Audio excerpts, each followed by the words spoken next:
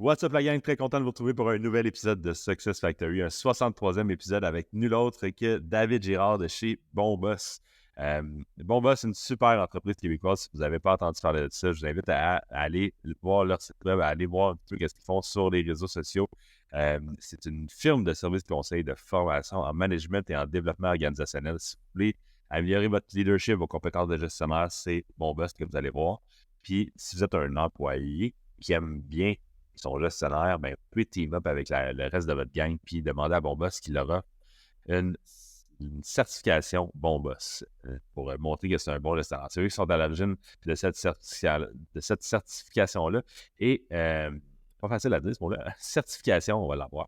Et je trouve que c'est une super belle initiative qu'ils ont eu de faire ça. Tu sais, on parle souvent de comme quand j'étais à l'école, dis-moi, je ne sais pas vous autres, mais j'allais voir là, mes professeurs avant de les choisir sur les cours. Oui, je faisais ça.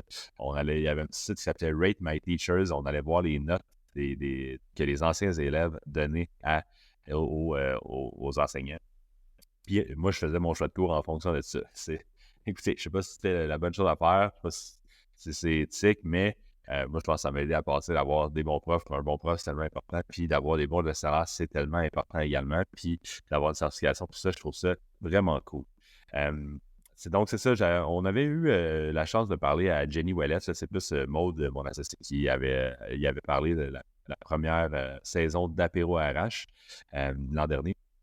Puis on avait adoré l'entreprise, on avait adoré leurs initiatives. Puis j'ai décidé de leur parler encore une fois, mais cette fois-ci à Success Factory. Puis c'est David qui s'est joint à nous, puis on a eu des super belles discussions là, pour c'est quoi être un bon gestionnaire, c'est quoi être un mauvais gestionnaire. On se rappelle tous de nos anciens mauvais gestionnaires, mais qu'est-ce qui fait la différence entre un bon et un mauvais gestionnaire? On parle aussi de l'expérience gestionnaire. Tu sais, aujourd'hui, on a des buzzwords pour un peu tout. Là, on parle souvent d'expérience employée, d'expérience client, mais on ne parle jamais d'expérience gestionnaire.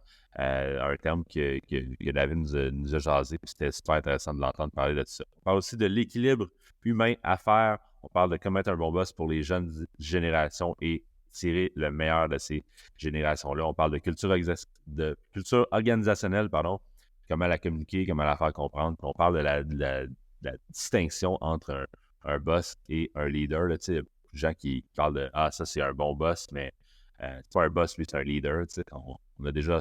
Tout le monde a déjà entendu ça, là, mais est-ce que c'est la bonne façon de voir les choses? Mais c'est un autre sujet qu'on aborde avec David pendant cette super 45 minutes-là que j'ai pu passer avec lui. Un super gars, David, sérieusement, c'était la première fois que je le rencontrais. Puis pour vrai, on a eu une super belle discussion. Puis je pense que c'est quelqu'un qui définitivement a compris c'est quoi être un bon gestionnaire, puis qui est définitivement sur son X.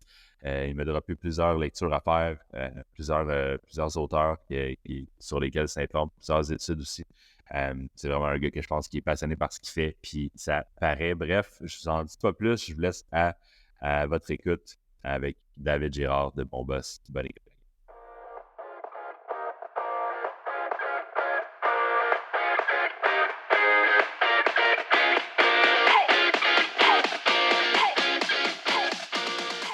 Ma curiosité est embarquée direct, mais Bon Boss, tu m'as dit tantôt que vous aviez pas mal de projets sur la table que vous étiez bien occupés. Tu me l'as phrasé de même. Puis, je suis habitué de voir des entrepreneurs bien occupés, mais tu me l'as dit sur un ton de voix bien énergique qui était excitant. C'est quoi? Ça veut dire, qu'est-ce qui occupe votre plate ces temps-ci? C'est quoi les projets qui s'en viennent, qui sont sur la plaque? Bien, en fait, ça a commencé l'année passée, durant l'été passé. Parce que le point central de ça, c'est qu'auparavant, on avait une certification de Bon Boss, mais qui s'adressait aux gestionnaires. Et puis, avec le coût du marché, avec la lecture qu'on faisait des besoins qui étaient changeants et les besoins de façon générale dans le marché du travail, bien, on a fait évoluer cette certification-là qui, aujourd'hui, s'adresse à l'organisation et non plus au gestionnaire, l'individu tout seul. À travers ça, dans nos réflexions, ben d'un produit, on est sorti deux. Donc, on a sorti, oui, la certification, mais également le bilan de l'expérience organisationnelle. Donc, ces deux produits-là nous tiennent bien occupés parce que les organisations de plus en plus nous approchent pour en apprendre davantage et pour réaliser ce type de mandat-là lié à ces produits-là. Mais également, on a plusieurs formations en lien avec nos champs d'expertise comme l'expérience gestionnaire là, qu'on a propulsé là, en juin l'été dernier, 2022. On a évidemment tout ce qui concerne la gestion d'équipe, motivation, ce genre de choses-là. L'incivilité est un gros thème aussi chez nous.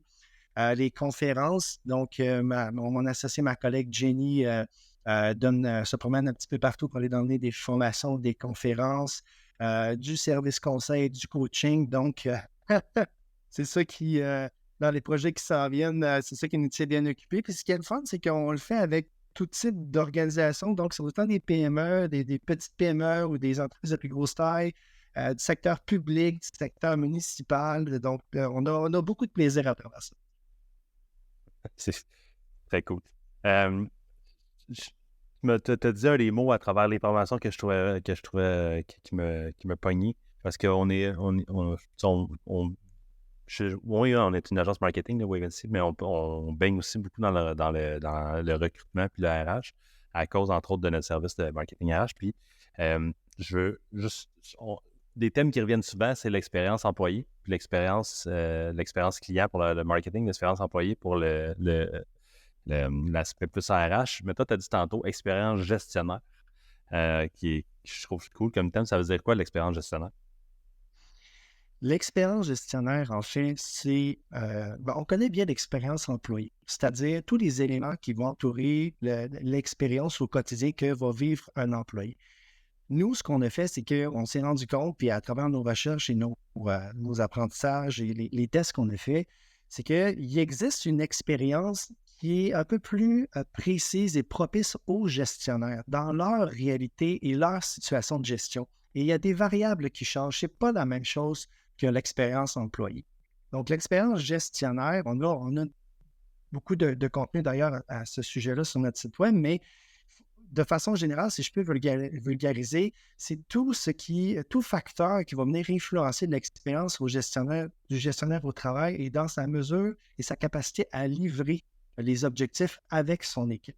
Donc, on parle autant des ressources, on parle autant de la culture, on parle autant des relations, autant avec ses employés qu'avec la haute direction. Donc, il y a vraiment plusieurs points de mesure à considérer qui fait en sorte qu'à travers une saine expérience gestionnaire, bien, ça a un impact vraiment important sur l'expérience employée par la suite. Donc, souvent, c'est une corrélation qui est positive. Plus l'expérience gestionnaire est bonne, mais meilleure sera l'expérience employée. Et donc, au final, bien, il y a des autres expériences, l'expérience client et la capacité pour l'organisation de bien performer.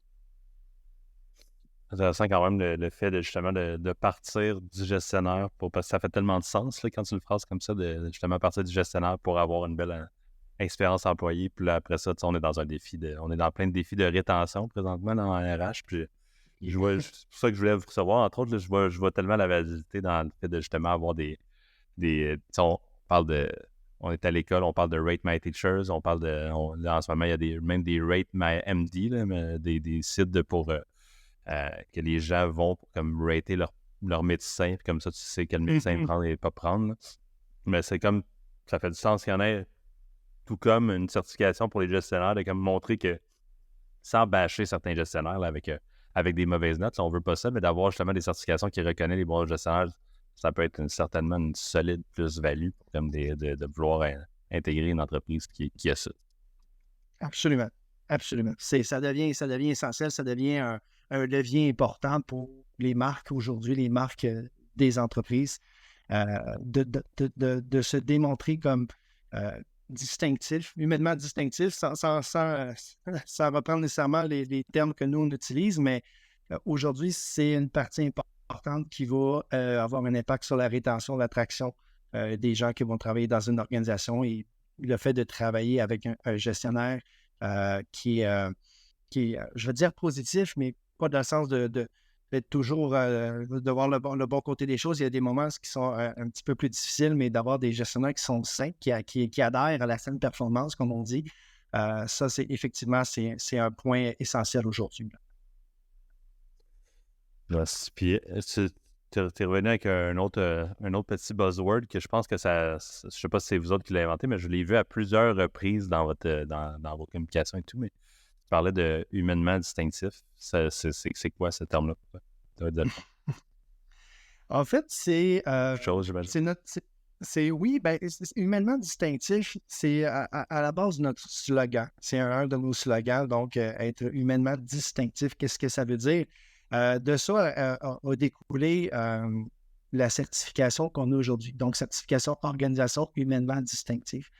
La genèse de ça, c'était que au départ, lorsqu'on a étudié les certifications qui existaient sur le marché, lorsqu'on s'est questionné à savoir comment on peut faire évoluer la nôtre, bien, ce qu'on s'est rendu compte, c'est que souvent, les certifications vont venir euh, mettre une reconnaissance ou venir approuver, disons, une structure organisationnelle, un avantage dans l'organisation, une méthodologie de travail, une façon de faire.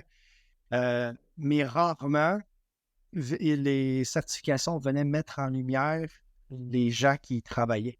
Donc, de faire en sorte de faire ressortir comment on est ensemble et de trouver, en fait, ce que nous, on trouve essentiel, là, le point d'équilibre entre l'humain et les affaires. Parce que, faut pas se cacher, c'est sûr que les entreprises existent pour faire de l'argent, mais il y a des façons de faire de l'argent sans brûler ces gens, sans maltraiter ces gens. Éthiquement, ça ne fait pas de sens aujourd'hui de brûler son monde pour arriver avec des résultats de profit. Donc, nous, on s'est dit, il faut trouver l'équilibre entre les deux, entre l'humain et les affaires. Et donc, de quelle manière on le fait? Bien, pour nous, ça a été à travers la saine performance. Qu'est-ce que ça signifie, la saine performance? De quelle manière on a fait la saine performance? Qu'est-ce qu'on vient mesurer comme point? Et duquel découle par la suite le fait que l'organisation est capable d'atteindre ses objectifs avec les gens qui y adhèrent et des gens qui sont dans un environnement de travail qui est sécurisant et dans lequel ils sont épanouis et qui ont envie de continuer. Donc, ça a été ça pour nous, être humainement distinctif. Restons sur ce sujet-là d'équilibre humain à faire. J'aime ça. Est-ce que tu as l'impression que l'ère est à justement amener une plus. Tu dis, oui, les entreprises sont là pour faire de l'argent, mais il y a une bonne façon de le faire. Puis j'ai l'impression qu'avant, on voyait beaucoup ça. Je te dis mon hypothèse, puis après ça, tu me dis qu'est-ce que tu en penses, toi qui es plus dans le milieu du leadership, puis vraiment de cette relation-là, humain à faire. J'ai l'impression qu'avant, justement, c'était plus le cas, qu'il y avait des abus. Puis je l'ai vu dans mes premiers jobs aussi, qu'il y avait des gestionnaires plus âgés, tout ça, que c'était plus ils étaient drillés, là. C'était plus c'était l'armée, là. On est là pour faire une job, puis tu vas m'écouter, puis moi, je ne vais pas t'écouter. Est-ce que tu as l'impression que ça, c'est vraiment beaucoup, beaucoup en train de changer, un petit peu en train de changer? Comment tu vois ça aujourd'hui? Je pense que l'acceptabilité sociale de la façon dont on gérait auparavant traditionnellement devient de plus en plus faible par rapport à ce type de méthode de management-là. C'est-à-dire que, oui, je crois que ça change et pour le mieux, à mon humble avis, parce que il y a des études qui tendent à prouver que des équipes motivées, engagées, etc., permettent à des organisations d'atteindre des performances de plus haut niveau. Mais humainement parlant et psychologiquement parlant aussi, les gens vont faire, exemple, moins de présentéisme, il va y avoir moins d'absentéisme, il va y avoir moins d'accidents de travail, il va y avoir moins d'arrêts de travail liés à des problèmes de santé mentale, ce genre de choses-là. Donc, en fait, je pense que c'est un incontournable. On ne peut plus gérer comme avant. La façon de gérer a évolué et les choses changent aujourd'hui. On découvre avec un certain bonheur le fait que c'est possible de gérer en prenant bien soin de ses gens et en étant performant et en restant compétitif aussi. Il y a un contexte aujourd'hui social qui, je pense, permet cette émergence-là. Si on revient un peu dans le passé, ma lecture de la chose, et évidemment, je ne suis pas sociologue ou historien ou quoi que ce soit, mais c'est que dans le contexte où est-ce que l'ère post-industrielle, on a vu arriver des méthodologies de management comme le taylorisme, le Fordisme, avec les chaînes de production et les tâches très, très précises et répétitives pour les employés. On était dans des contextes sociaux aussi où est-ce qu'il y avait eu des crises économiques, où est-ce que les gens cherchaient des emplois, c'était précaire. Il y a eu également les premiers modèles qui ont fonctionné, qui ont permis de faire du profit basé sur des modèles capitalistes sont souvent venus du côté anglophone. Donc, c'était d'une certaine manière les seuls points de repère de réussite, entre guillemets, qu'on voyait. Donc, c'est un peu l'adoption de ce type de méthode de management-là qui, au fil du temps, a fait en sorte que oui, bon, il y a des entreprises qui ont pu fonctionner, mais que les contextes sociaux et socio-économiques ont changé et qu'aujourd'hui, les gens veulent autre chose et les gens doivent faire autrement parce que la société se dirige vers de nouveaux horizons qui ne sont plus les mêmes qu'auparavant. T'as excessivement bien phrasé. Avoue qu'il y a 20 minutes avant le podcast, tu ne pensais pas venir faire un petit peu de sociologie dans notre discussion. Pas du tout. Mais pour vrai, c'était vraiment bien phrasé, David. Puis je pense que tu as raison. Il y a des nouveaux mœurs, clairement, qui rentrent en ligne de compte sur ces. Je pense que ça a peut-être déjà fait du sens. Moi, je n'ai pas travaillé 200 ans, mais c'est probablement que s'il y a des gens qui ont pensé à ça, que ça faisait certainement un certain sens selon les informations qu'il y avait. Maintenant, on voit justement ces nouvelles recherches-là que tu parles, que ça l'aide au bonheur des employés, que ça l'aide à la productivité, que ça l'aide même à être venir plus au bureau. Puis là, on sait qu'il y en a une couple d'entreprises qui veulent justifier qui ont besoin de justifier ces achats-là de propriété pour avoir du monde. Si on n'a plus personne à l'intérieur, c'est pas super rentable d'avoir leur bail de 10 ans, là, mettons, leur beau de 10 ans. Mais ça, c'est super. Je pense que c'est super important. Puis je pense que ça va être encore, dis-moi si je me trompe, mais j'ai l'impression que ça va aller encore une step plus loin avec la génération Z puis la Next. Absolument. De ce qu'on voit avec les recherches, les études qui sortent, c'est justement cette génération-là cherche à accomplir quelque chose et d'y donner un sens, d'avoir un sens au travail. Si cette génération-là ne trouve pas de sens au travail qu'ils font, bien, contrairement à nos parents, nos grands-parents, même nos arrière-grands-parents, bien, ils vont juste changer d'emploi et le contexte du marché du travail actuellement accentue peut-être aussi ces opportunités-là. Les gens restent en moyenne actuellement à peu près 5 ans et demi dans un emploi avant de changer. Mais peut-être que dans le futur, ce temps-là va se réduire parce que les gens cherchent à se développer à travers différentes aventures, à travers différentes organisations qui font en sorte qu'ils deviennent la personne qu'ils sont et qu'ils donnent du sens à leur vie, autant à leur vie personnelle qu'à leur vie professionnelle. L'année un petit peu entre les deux devient, à certains moments, un petit peu plus flou qu'elle était auparavant. Oui, clairement. Parle-moi de Bon Boss. Tu parlais justement tantôt de Jenny, qui est ton associé et tout. Vous êtes les deux cofondateurs de Bon Boss. Pourquoi avoir créé ça? C'est quoi le besoin qui était là à la base du pourquoi vous avez créé cette entreprise-là? En fait, Bon Boss, initialement, c'est Jenny qui l'a créé. Moi, au tout début, je n'étais pas dans Bon Boss. OK, pardon. Jenny a créé Bon Boss avec une vision particulière et le modèle d'affaires qu'il y avait à cette époque-là était complètement différent de ce qu'on fait aujourd'hui. Ce n'était pas du tout le Bon Boss qu'on connaît, c'était une autre structure, elle avait d'autres associés et tout. Mais à un moment donné, 1 an plus tard, moi, j'ai intégré Bon Boss à la suite d'un événement important qui est arrivé dans la vie de Jenny. Et c'est à partir de ce moment-là qu'on a comme jeté les bases d'un nouveau Bon Boss complètement. Fait qu'on a laissé faire de côté l'ancienne structure, mais il y avait cette, On parle de quelle année, cette essence-là. On parle de 2018. Bon Boss a été légalement incorporé en mars 2017. Jenny a testé cette première version-là pendant 1 an. Mais c'est vraiment en 2018 que là, Bon Boss a eu une première vie publique, si je peux dire ça comme ça, et que là, par la suite, s'est enchaîné la nouvelle structure, le nouveau modèle d'affaires, mais en respectant toujours l'essence, la vision que Jenny avait au départ. Et cette vision-là qu'elle avait, bien, de son côté, elle avait travaillé, Jenny a gradué en relations industrielles au baccalauréat à l'Université de Montréal, donc elle a eu par la suite une carrière. Le même bac que mon père. Oui, c'est intéressant. Elle a eu une carrière dans les ressources humaines, elle a travaillé un petit peu partout, elle a fait du recrutement, la gestion des ressources humaines et tout. Mais ce qui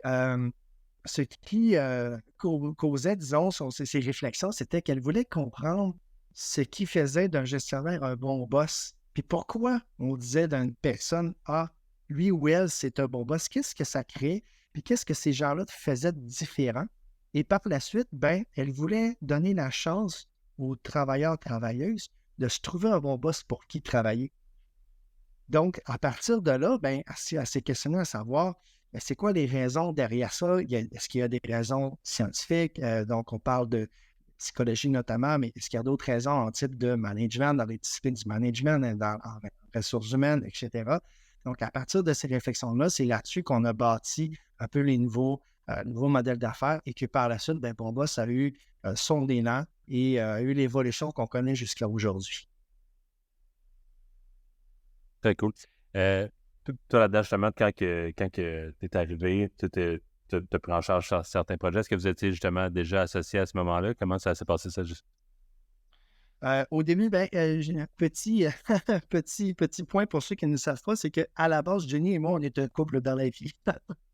Ah, Donc, avant d'être associés en affaires, ben, on partageait une vie commune ensemble. Donc, j'ai pu voir Bon Boss avant que je l'intègre évoluer avec Jenny et les autres associés qu'elle avait. Donc, c'est par la suite que, de mon côté, en fait, les choses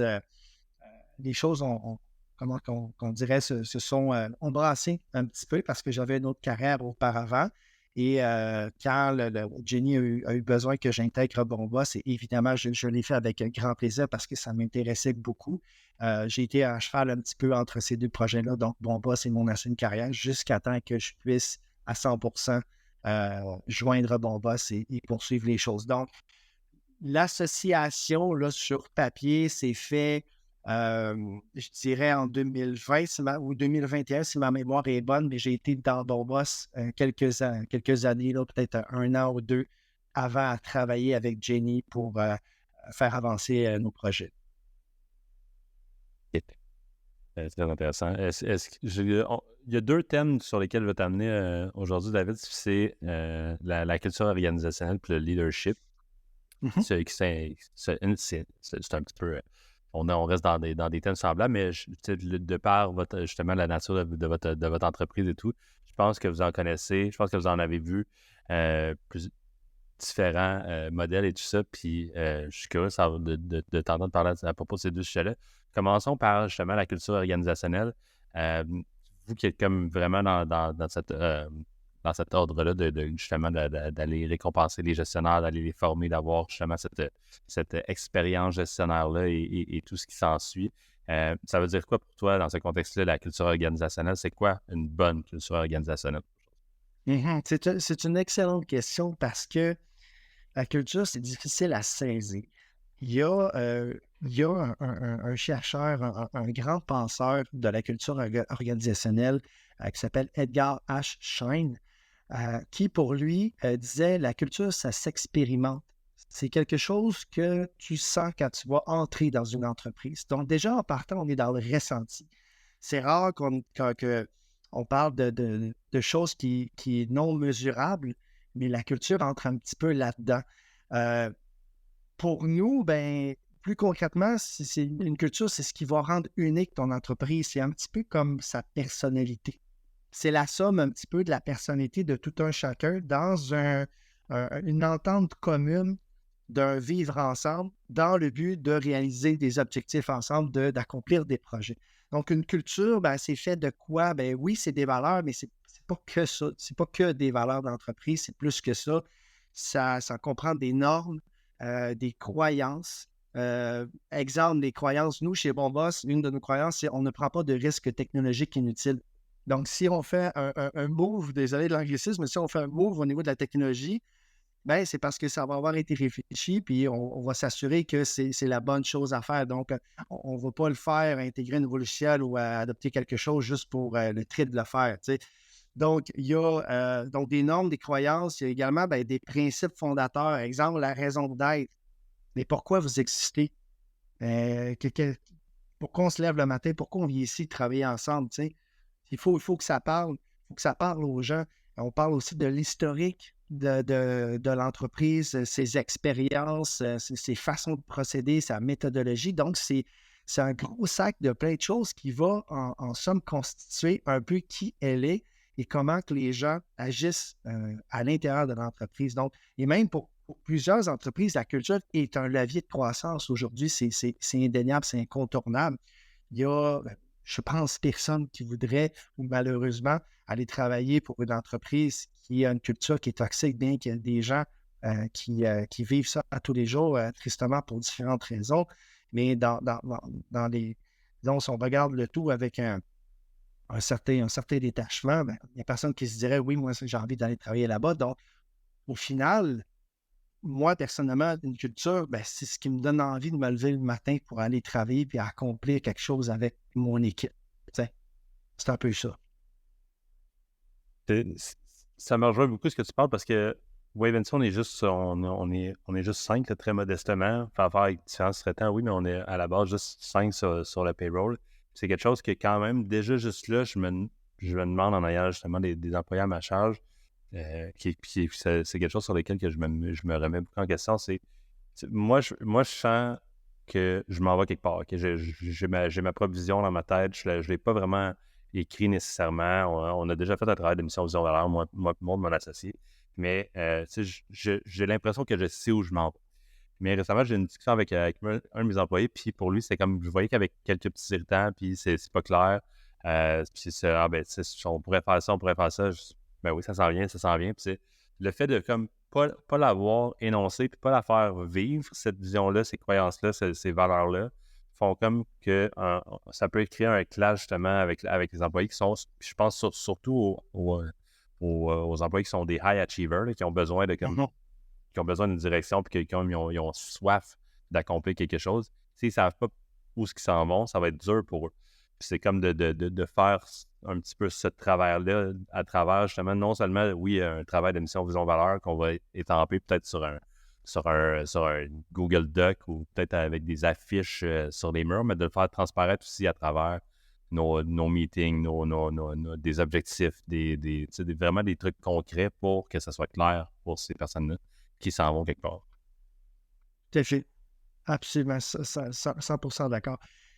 Si les gens ne comprennent pas où est-ce qu'on s'en va, pourquoi on le fait, puis à quoi ça sert, tout porte à croire que les gens vont avoir une difficulté à adhérer à ce genre de choses-là.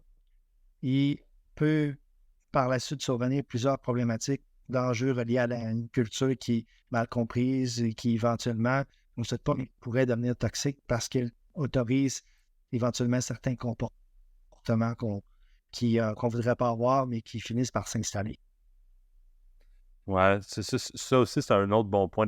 C'est une belle analogie, je pense, le mot culture à travers même une culture littéralement de fruits. Si tu laisses une pomme pourrite, elle va en pourrir une coupe de plus. Qu'est-ce que tu es prêt à accepter? Qu'est-ce qu'il ne faut pas que tu acceptes? Parce que justement, ça va affecter ces mêmes high achievers-là. Comme si tu laisses des gens comme juste faire un travail mauvais ou de laisser faire les erreurs et d'accepter ça, mais d'avoir en contrepartie comme 2 poids, 2 mesures que c'est un employé que tu sais qui va être high achiever, le laisser pas avoir les mêmes attentes de cette personne-là, mais ça va peut-être le décourager. Totalement. Par rapport à ce même thème-là de culture organisationnelle, j'aimerais ça que concrètement, mettons, à travers les entreprises que tu as vues avoir justement une belle culture organisationnelle, les trucs que vous donnez en formation et tout ça, concrètement dans les actions que tu peux poser dans le day-to-day, qu'un gestionnaire peut poser dans le day-to-day, c'est quoi les actions, les bonnes actions à faire pour justement renforcer cette culture organisationnelle? C'est une bonne question. Puis en fait, avec ce que tu disais juste avant, ça ouvre la porte à une partie de la réponse. On parlait de la communication. C'est la base. Premièrement, il faut communiquer la culture pour que les gens puissent bien la comprendre. Si les gens ne la comprennent pas, ça peut partir dans tous les sens. Alors, de cette base-là, on se dit, bon, mais c'est parfait, mais comment je peux faire? Comment je peux faire communiquer la culture? Par où je m'y prends? Bien, c'est de là que vient l'importance de bien former ces gestionnaires. Parce que c'est les gestionnaires qui vont incarner cette culture-là. Et c'est les gestionnaires par la suite qui sont, d'une certaine manière, les gardiens de cette culture-là. Donc, s'ils en viennent à autoriser ou à accepter des comportements qu'ils ne devraient pas, ben, c'est là que la porte ouvre pour qu'il y ait des enjeux de culture. Si tu veux renforcer la culture,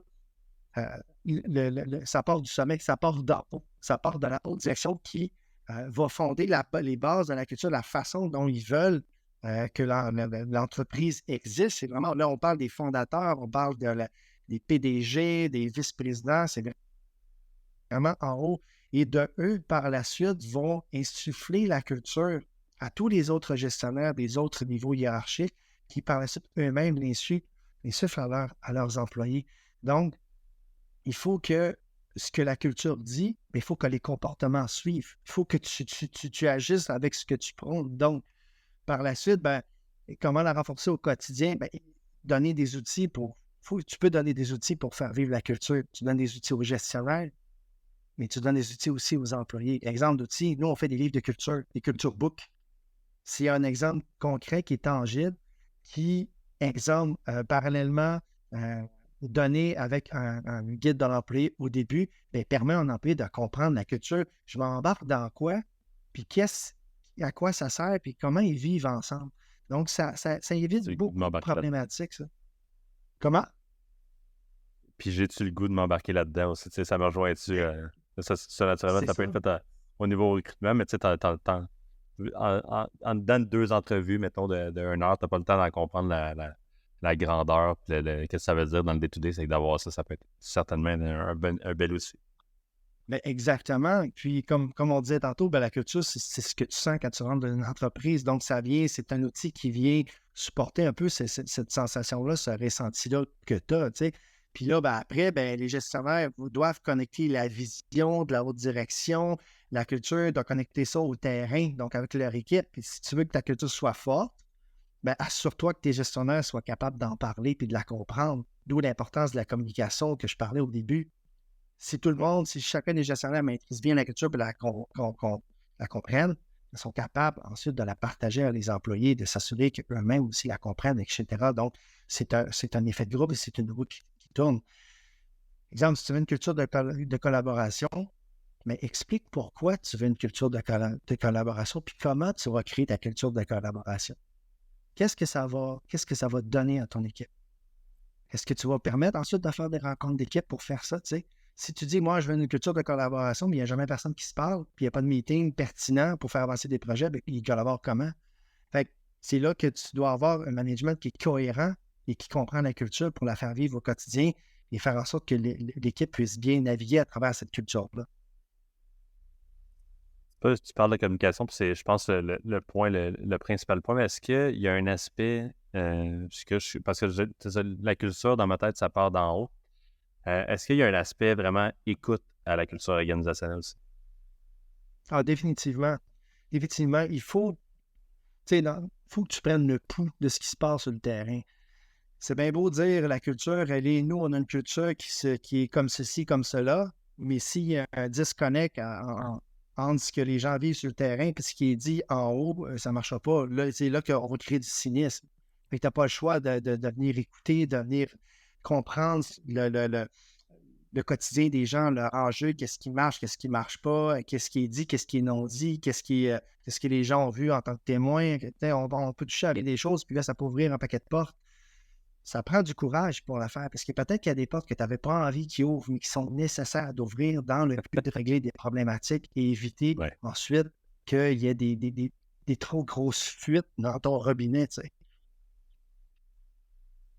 Ouais, définitivement. Est-ce que je t'ai dit, je voulais t'emmener sur 2 thèmes.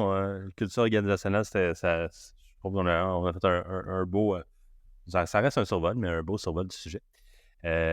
Parlons maintenant de leadership, qui est quelque chose qui est dans ma tête 24/7, que moi, éventuellement, tu sais, je veux me donner les moyens de mes ambitions, mais j'aimerais ça éventuellement avoir une équipe de 20, 30, peut-être 50, 100 personnes éventuellement. Donc, c'est quelque chose que je veux comme avoir c'est important d'avoir les bonnes bases. Donc, si tu construis ta maison sur des mauvaises bases, ça se peut que ça tombe éventuellement. C'est quelque chose sur lequel je me pose beaucoup de questions, le leadership et tout. Je vais juste commencer bien général de même. Je te pose la question straight up, puis après ça, on ira un petit peu plus loin. Que ça veut dire quoi pour toi, le leadership? Le leadership, C'est un sujet qui est très polarisant en partant. Parce qu'il y a plusieurs définitions du leadership et on ne s'entend pas nécessairement tous sur une seule et même définition du leadership. Il y a plein d'études qui sont encore là-dessus et tout. Mais le leadership, et je vais citer quelqu'un qu'on connaît qui s'appelle Denis Tremblay. Et Denis m'avait déjà dit, le leadership, d'abord, c'est d'assumer pleinement son rôle de leader. Quand tu es dans une position de leadership, ben, sois conscient que tu es un leader et assume-le. Parce que tu peux être dans une position de leadership, mais tu n'es peut-être pas à l'aise avec ça. Et à cause de ça, va s'en suivre des problèmes. Donc si tu as une première responsabilité quand tu es un leader, ben, c'est face à toi-même d'assumer ta position de leader. Et par la suite, pour moi, le leadership, le leader va donner envie de le suivre et de s'impliquer pour sa vision, pour la cause à laquelle il se voue, parce que tu te rends compte qu'il s'en rend responsable, tu te sens en sécurité avec ça, donc tu as envie d'embarquer avec lui dans le bateau, tu sais. Puis le leader, bien, évidemment, son impact est majeur parce que plus son rôle est grand dans l'organisation, plus ses responsabilités sont grosses, mais plus il va avoir un gros impact. Et là, on revient notamment sur la culture. Évidemment qu'un PDG ou un VP va avoir un plus grand impact sur la culture ou en tant que leader qu'un gestionnaire, par exemple, de premier niveau ou un chef d'équipe. Donc, pour moi, le leadership, c'est un peu ça. C'est la façon dont tu vas créer un mouvement ou une action volontaire chez les autres dans le but de suivre le même chemin que toi pour accomplir ce que tu désires accomplir avec leur aide et avec les ressources qui t'entourent. Est-ce que tout le monde peut être un leader? Je pense que tout le monde peut être un leader, mais c'est pas tout le monde qui veut être un leader, pour des raisons qui sont tout à fait légitimes et personnelles. Mais je pense que dans certaines situations, en fait, pour moi, le leadership n'est pas constant. Le leadership est contextuel. Pour différentes situations, il va y avoir des leaders qui vont s'élever parce qu'ils ont les compétences, ils ont l'instinct pour le faire à ce moment-là. Alors que dans d'autres, ben, peut-être qu'ils vont plus se retirer puis ils ne se sentiront pas à l'aise de prendre en charge la situation. Donc, je pense que oui, tout le monde a la capacité d'être leader d'une manière ou d'une autre. Il faut juste en être conscient. Il faut avoir confiance en soi. Puis, il faut s'assumer comme tel.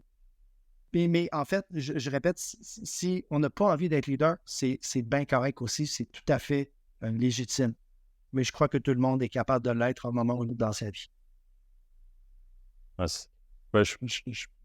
tu as définitivement raison dans le sens que si tu peux être tout avoir des potentiels d'être un bon leader, mais si ça ne tente pas, là, on va y aller avec le classique YOLO, You Only Live Once. C'est juste une vie à vivre, fait que tu devrais la vivre comme ça te tente de la vivre, mais pas te forcer à être quelque chose que tu ne veux pas l'être.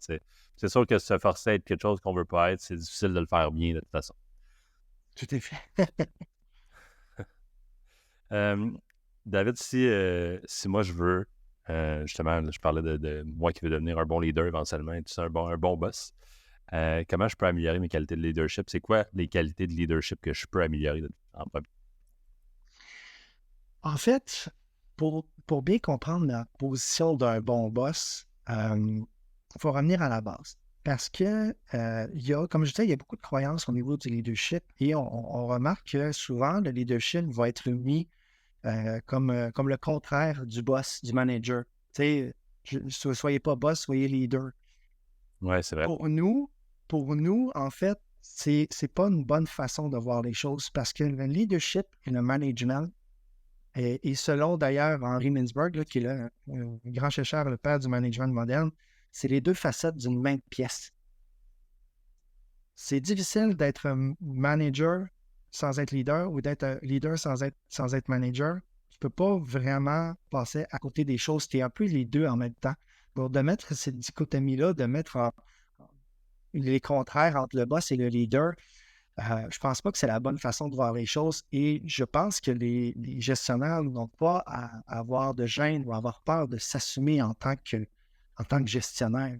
Parce que boss, c'est juste le terme anglais de patron, de gestionnaire. Dans les faits, c'est des gens qui dirigent et c'est une position dans une entreprise qui est tout à fait noble, alors que le leadership, pour moi, c'est plutôt dans des traits de personnalité, dans des compétences, des habiletés. Donc, il faut savoir allier les deux.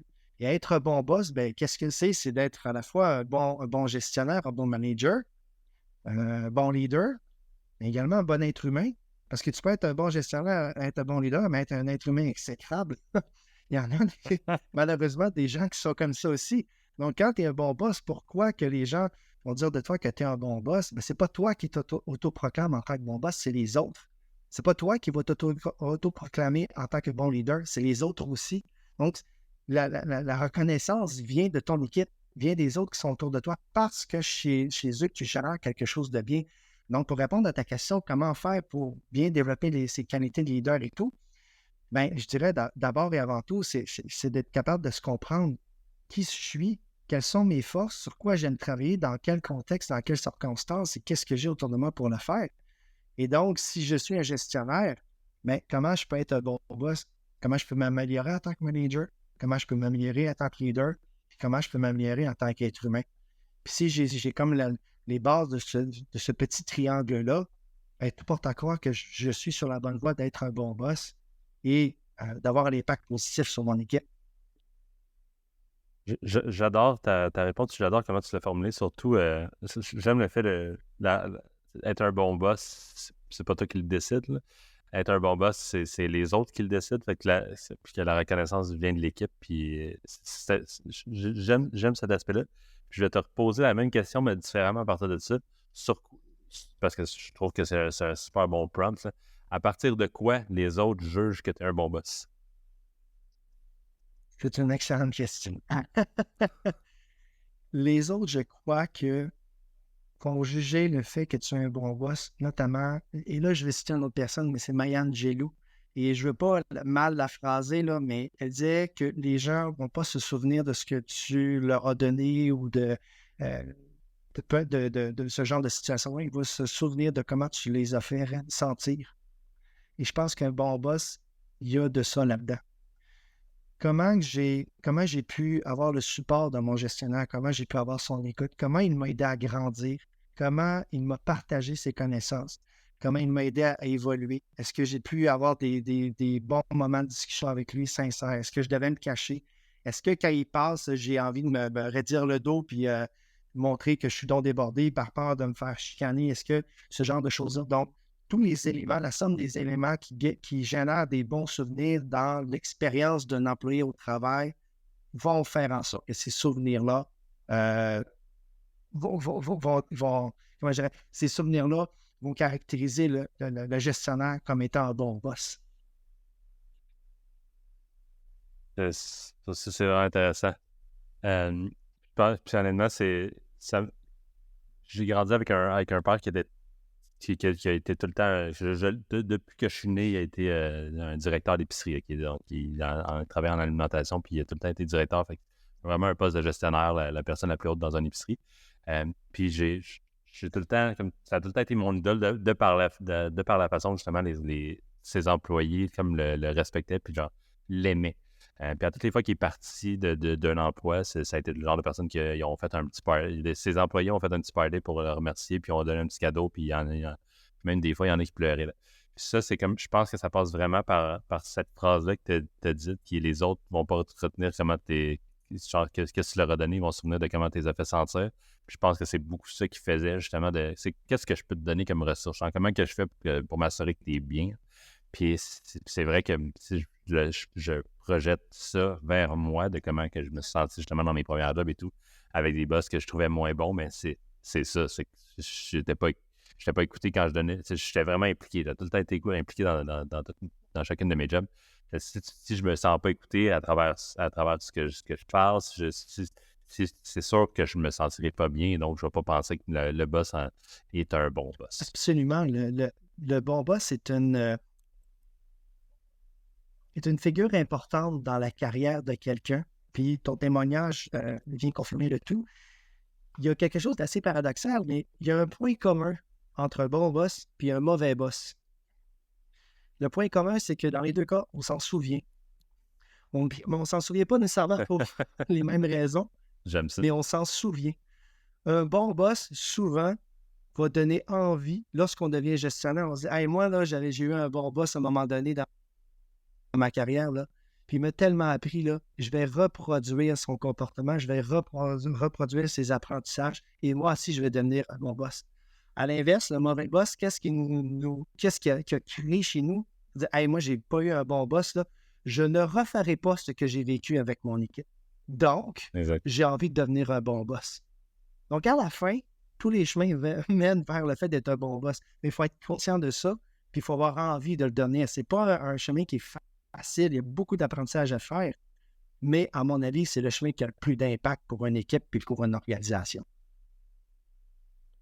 Définitivement. Mon cher David, tu as l'air de quelqu'un qui lit beaucoup. Tu as droppé quelques noms depuis le début du podcast. Oui, j'aime bien lire une fois de temps en temps. Je dois dire que j'étais pas un grand fervent de lecture auparavant, mais depuis peu, j'essaie de prendre cette habitude-là, puis j'aime bien ça. C'est quelque chose d'important, je pense. Y a-t-il des récentes lectures que tu suggères à moi ou aux auditeurs? Je suis en train de lire 2 livres en parallèle. Le premier, c'est un livre sur la neuroscience, au niveau du fonctionnement du cerveau et tout. Pourquoi la neuroscience spécifiquement? Parce qu'il existe une branche un peu méconnue, mais tellement intéressante de la neuroscience, appliquée au management, qui s'appelle le neuromanagement. Donc, c'est de comprendre le fonctionnement du cerveau dans des contextes de gestion, des contextes relationnels en lien avec le travail. Il y a plusieurs pistes de solutions, plusieurs découvertes qui sont faites là-dedans, qui sont extrêmement intéressantes. On peut appliquer, exemple, les apprentissages en lien avec le processus de prise de décision, les processus cognitifs liés à la mémoire, à l'apprentissage, ce genre de choses-là au niveau du travail. Et l'autre livre que je lis, qui est un petit peu également en lien avec les neurosciences et la psychologie, c'est un livre de Daniel Kahneman, les deux vitesses de la pensée, système 1, système 2. Daniel Kahneman est un psychologue et son livre met en lumière justement la façon dont l'être humain réfléchit, dépendamment des contextes et dépendamment des facteurs. Et il s'avère qu'on n'est pas nécessairement toujours sur l'un ou l'autre des deux systèmes, parfois c'est en parallèle, dépendamment des contextes et du stress et d'un paquet de variables. Donc, c'est les livres que je lis actuellement qui sont extrêmement intéressants et qui, à mon avis, devraient être des musts pour tout gestionnaire qui désire se développer et bien comprendre le relationnel avec leur équipe dans le but de les amener plus loin. J'aime le fait que tes lectures externes sont reliées à ton travail. Je pense que tu dois être définitivement sur ton Wix avec Bon Boss. 1000%. Écoute, on va en rester là. C'était super. J'ai adoré notre conversation, David. C'était vraiment, vraiment, vraiment le fun. Puis quelques petites pépites ici et là, certainement, pour les gens qui ont le goût d'être un bon gestionnaire, d'avoir une belle expérience gestionnaire, puis d'avoir un bel équilibre dans tout ça, avoir une belle culture organisationnelle. C'était vraiment un plaisir de te recevoir. Si les gens veulent s'informer sur Bon Boss ou sur David Gérard, d'abord, merci. C'était aussi un grand plaisir de discuter avec toi. J'ai adoré notre moment. Pour s'informer, en fait, on a le site web www.bonboss.ca. On a également notre page LinkedIn. Et pour ma part, si les gens désirent me rejoindre, on peut me trouver sur LinkedIn ou encore nous écrire à info@commercialbonboss.ca. That's it. Fait que allez voir ça. Puis, écoute, encore une fois, un gros merci, David. C'était un plaisir de te recevoir. C'est moi qui te remercie. Bye-bye.